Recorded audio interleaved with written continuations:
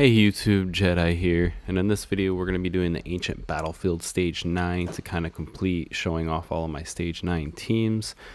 For this one, the main staples to this team is going to be Dane and Furbath, but I'll kind of go over the team, let you know who you can add in here. Guys, just so you know, my first season, I did not hit Stage 9 in this dungeon. I barely hit Stage 8, like right at the end of the season. I was doing farming mostly Stage 7 the entire time. I barely hit Stage 8, so if you're not up here, don't feel bad. It's definitely a very hard dungeon to get through. So the way this team is working, the team here is going to be coming in, doing his buff removal as you've seen in the other videos, and then also I have him pumped up full of resistance. You want at least 270 resistance on him, and then you want him put in the back, or you need someone else put in the back and you need them to have that 270 resistance so that we get the blowback on the boss and instead of us getting stunned. So that's a very important part. For Furbath here, I pushed up some skill haste and some defense. He's going to be doing all of our heals, and I got a little bit of accuracy so we can try to use that attack penalty to help us out as well. The main things for him is his heals, and we have our team staggered to where once everyone runs up, you're going to see they're all going to be in range of his healing. On our DPS units, I did do a defense chest on him to try to pump that defense up for survivability. And then on this gentleman here, we're also running a defense chest to push up his survivability. And then we have Jillian to be helping us out with our heals here. You could replace her with any other healer. The thing with her, and if you use another healer like her, like Corion or something, is that you have to time it so that the boss is not stealing that increased defense, or it's really going to mess up your team runs. So the way we do that is we're going to come in our skill timing here. So for Dane here, I'm going to change his interval right here to an 18.5. This is going to set up so that he's always using his attack in the second half of the boss's life cycle, so that he's taken off both increased defense and attack. Otherwise, we're going to lose the battle. Towards the end of the battle, sometimes my timing falls off, so it's not always full auto. I have to go in there and make sure he's still hitting at the right times. For Jillian here is we're going to change it to where she doesn't cast her first heal defense up until after the boss uses his final move. And then after that, she'll always use it towards the beginning of the battle so the increased defense will drop off before the boss can steal it. So let's get into it and I'll kind of show you how this run goes.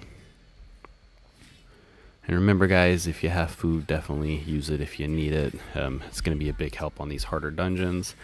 And you don't need to try to speedrun these dungeons. Just try to get a team to where you're beating it, and that's going to help you out big time. So the biggest things that happened to me that really hurt me is things like, you'll see Dane there didn't remove the increased attack, and that's going to be a problem for us because now he's going to hit really hard. So then we have to hope that our team survives through for the next time, and then that Dane does his job. So every now and then you get that slight percentage to fail, and something like that can happen, and it can ruin a run. So you gotta be careful with that.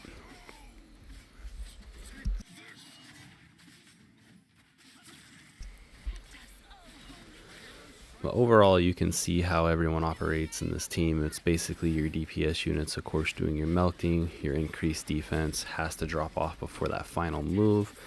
Whoever's in the back, like where Dane is at, we want them doing that blowback on the boss instead of us getting stunned, so you gotta have resistance.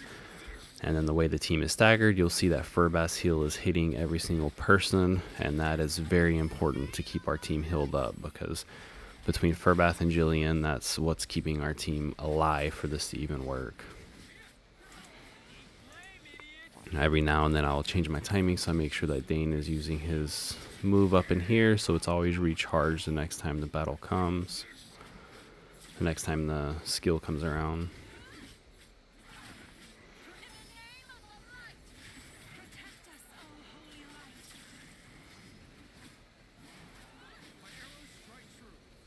And you will see the boss got some attack up, and I'll show you why that is here at the end. As long as you can keep that number low, it's fine. It's going to happen every now and then depending on your team skills. And then in case some of you are wondering, I do always have buffs up on my two Dauntless heroes. They have protected buffs, so he has a protected attack up. You'll see he has this protected attack speed, and then whenever Gary gets his, it is a protected bloodlust, so the boss cannot steal those attacks.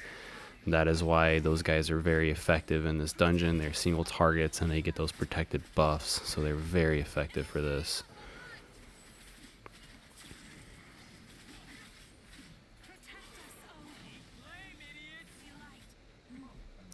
So there you goes, guys. That's the run for this one. This is the hardest dungeon. I know this team is not super free to play friendly. It's just to show you guys what I'm currently doing and give you an idea of how to build your teams. Make sure you pay attention to skill timing. If you're going to use an increase defense, then you need to make sure that it's timed out so that it happens at the beginning of the battle and the boss can't steal it. But this is her stats, so you guys can have an idea of what that kind of looks like.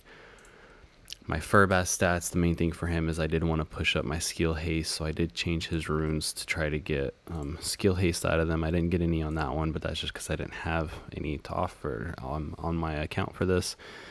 So I did use the gear right here to get some increase skill haste. Now, if you guys are getting enough defense and attack on him, I recommend adding a third piece of this gear and getting that increased attack.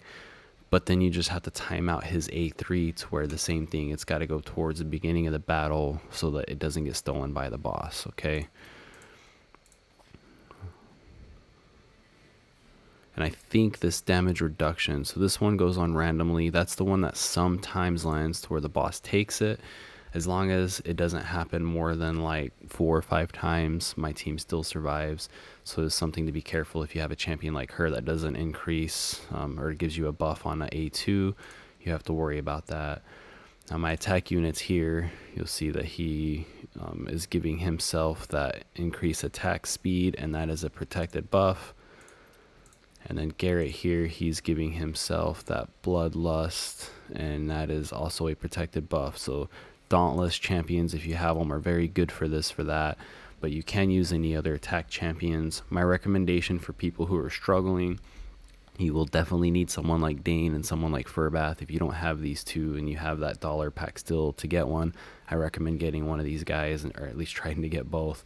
I'd pull all your purple dice, see who you get, and then use that and get whoever you need to fill in. But these two champions are pretty must-have in my opinion for this dungeon. There are replacements, but these guys just make it so much easier.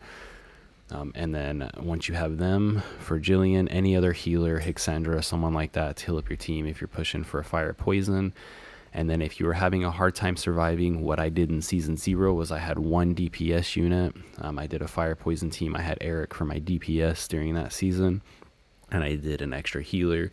So what my team looked like in Season 0 was healer, Furbath with heals, healer, and Dane dropping off the buffs, and then a damage dealer. So that's just an idea for you guys who are struggling with that. But anyways, everyone, I just wanted to give a quick rundown of that. Do remember to make sure you're building up your affinity hall, getting all these extra bonuses. So that's my stat bonuses, just in case you guys are wondering, because this does help out a lot, especially when you start getting these damage bonuses and damage reductions on the further end of this. That's why I'm using this team, is because my damage dealers are getting that extra protection and extra damage with those extra bonuses. And then make sure you use some food if you're struggling.